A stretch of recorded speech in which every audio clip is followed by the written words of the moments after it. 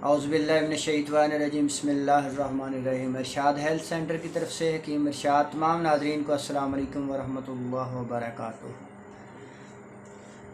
आज एक नई वीडियो के साथ आपकी खिदमत में हाज़िर हूँ।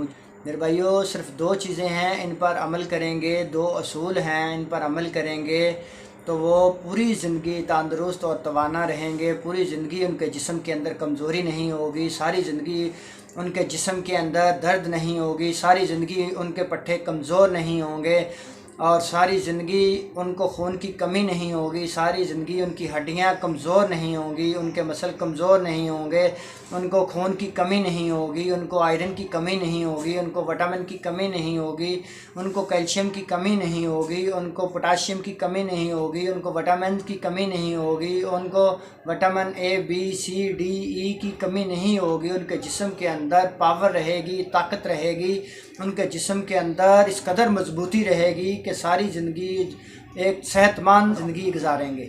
आपको सेहतमंद रहने के लिए, तंदुरुस्त रहने के लिए, हमेशा जवान रहने के लिए ताज़ा साफ़ सुथरी सब्जियों का इस्तेमाल करें, फलों का इस्तेमाल करें, दूध का इस्तेमाल करें, मिट्टी के बर्तनों का इस्तेमाल करें तो आप हर तरह की बीमारियों से महफूज रह सकते हैं और सारी ज़िंदगी सेहतमंद रह सकते हैं।